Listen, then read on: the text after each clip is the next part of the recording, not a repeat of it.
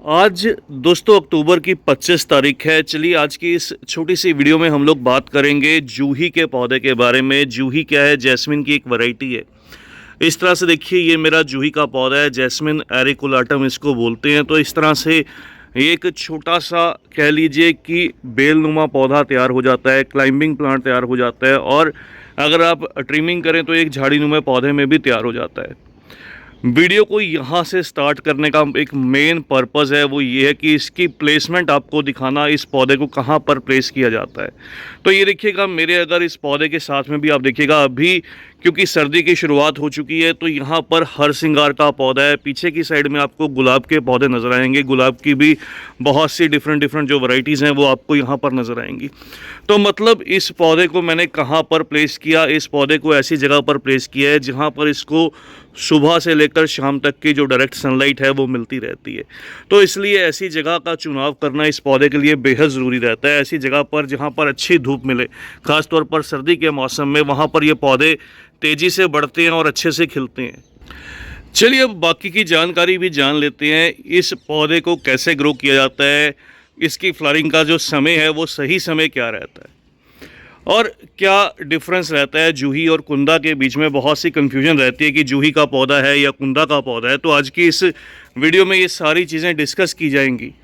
Number एक है दोस्तों, इस पौधे को देखिए आप साल भर जब भी कह लीजिए कि मॉडरेट टेम्परेचर रहे, जब बहुत ज़्यादा गर्मी ना हो, बहुत ज़्यादा सर्दी ना हो, तो उस समय पर अगर आप रिपोर्ट करना चाहते हैं बिल्कुल नर्सरी से लाकर रिपोर्ट कर सकते हैं। लेकिन अगर बात करूं इसके फेवरेबल क्लाइमेट की, तो ये पौधा आपको नर्सरीज पर अक्सर कह लीजिए कि सर्दी की शुरुआत से पहले और मानसून के बाद, या फिर मार्च अप्रैल में बहुत ज़्यादा क्वांटिटी में जो नर्सरीज पर है वो दिखाई देगा। इसके पीछे एक रीज़न रहता है कि इन दो समय पर ये जो पौधा है ये बहुत अच्छे से फ्लावरिंग करता है। तो इसलिए इन दो समय पर ये पौधा नर्सरीज पर ऑलमोस्ट आपको दिखाई देगा। अब बात करते हैं कुंदा में और इसमें क्या डिफरेंस है। बहुत सी कन्फ्यूजन रहती है कुंदा को लेकर और इसको लेकर। इसमें क्या है, इसमें जो फ्लावर है वो वाइट कलर में है, और इस तरह से जो बर्ड है वो भी सफ़ेद रंग में वाइट कलर में ही है। लेकिन कुंदा में अगर बात करूं तो कुंदा के पौधे में वो भी एक जैस्मिन की वैरायटी ही रहती है, उसमें खुशबू अच्छी रहती है। तो उसमें जो फ्लावर है, जो बर्ड है, वो थोड़ा पिंकिश रेड कलर में रहता है। अंदर की साइड में वाइट के साथ आपको बैक साइड में जो बर्ड है वो थोड़ी पिंकिश रेड कलर में दिखाई देगी। तो ये एक मेजर डिफरेंस है जो बहुत आसानी से पहचान की जा सकती है इस कुंदा या जैस्मिन की ये वाली वैरायटी, जिसको जूही बोलते हैं, दोनों में। इसके बाद दोनों वैरायटीज़ गमलों में तो बहुत अच्छे से चल जाती हैं। और बात करूं एक जो ख़ास चीज़ है वो ये है कि इन पौधों में थोड़ा बहुत जो अटैक होता है, एक तो देखिए इनमें कभी कभार आपको जो है वो माइट्स का अटैक दिखाई देगा। इस तरह से पौधे की पत्तियां आपको अचानक से थोड़ी येलो या ब्राउन या पीली पड़ती हुई दिखाई देंगी। इनके ऊपर थ्रिप्स का भी अटैक होगा। कभी कभार इन पौधों की बैक साइड में इस तरह से आपको दिखाता हूँ, ये देखिएगा, इस तरह से बहुत से एफिड्स का भी अटैक होता है। तो ये कॉमन तीन चीज़ें इनके ऊपर बहुत अटैक करती हैं। इसके अलावा कभी कभार इन पौधों पर वाइट फ्लाइज भी आपको चलती हुई दिखाई देंगी। तो इस तरह से इन पौधों में बहुत सी जो ऐसी प्रॉब्लम्स हैं वो निकल कर आती हैं। अब सोल्यूशन क्या है? सोल्यूशन ये है कि ऐसी जो भी आपको पत्तियां अगर स्टार्टिंग स्टेज में दिखाई दें तो ऐसी सभी पत्तियों को आप पौधे में से रिमूव कर दीजिए, तोड़कर फेंक दीजिए। नहीं तो कोई अच्छा इंसेक्टिसाइड या फिर रेगुलर जो है वो नीम ऑयल का आपको स्प्रे करना होगा। नीम ऑयल क्योंकि ऐसी कंडीशन में आने पर बहुत कम जो है वो असर करता है, इसलिए नीम ऑयल का पहले से स्प्रे करते रहना बहुत इंपॉर्टेंट रहता है, ताकि इस चीज़ का जो अटैक है वो पौधे पर ना हो।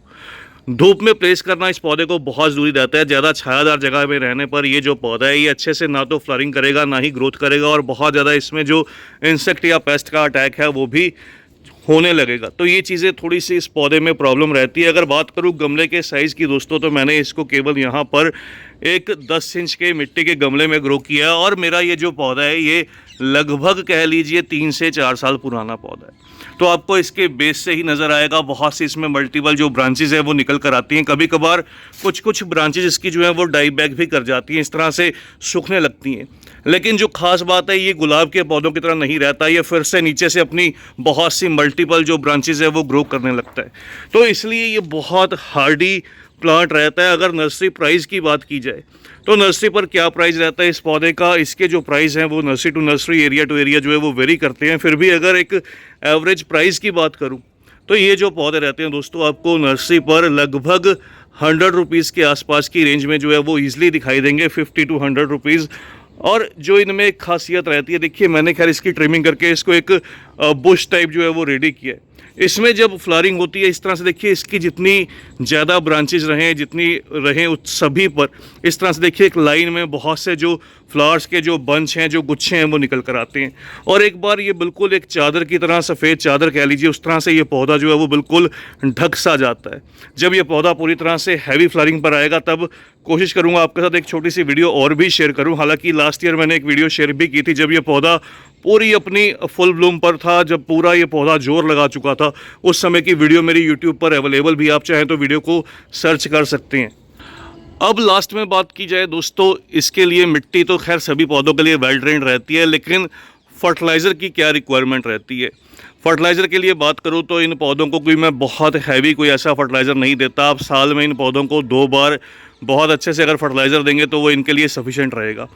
एक तो देखिए जब ये पौधे थोड़े बड़े होते हैं, मैच्योर होते हैं, इनकी साल में एक बार रिपोर्टिंग ज़रूरी रहती है अगर गमले में लगे हुए पौधे हैं। हालांकि आप इनको ज़मीन में भी ग्रो कर सकते हैं। दूसरा, साल में एक फरवरी मार्च के समय इनको अच्छे से भरकर जो है वो वर्मी कंपोस्ट या फिर काउडंग जो भी आपके पास रहे, उसके साथ साथ में थोड़ा सा सीवीड ग्रैनुअल्स और साथ में थोड़ा सा बोन मिल, तो इस तरह से इन पौधों को फीड कीजिए। इसी तरह से सेम सितंबर अक्टूबर में जब बरसात का मौसम निकल जाए उस समय पर भी इन पौधों को सेम इसी तरह से जो है वो फीडिंग कीजिए।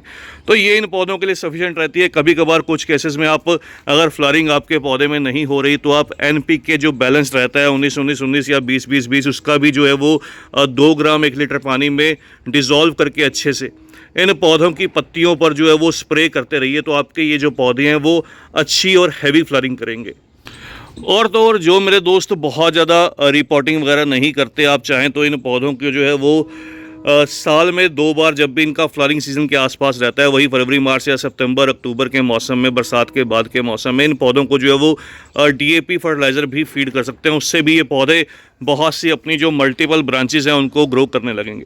ये सभी फर्टिलाइज़र अगर बात करूं ऑनलाइन या नर्सरीज पर इजीली अवेलेबल भी रहते हैं। आप उन जगहों पर जाकर इनके लिए सर्च कर सकते हैं और इनके क्या क्या बेनिफिट हैं इसके ऊपर मेरी ऑलरेडी जो वीडियोज़ हैं वो सभी फर्टिलाइज़र्स को लेकर वो अवेलेबल भी है।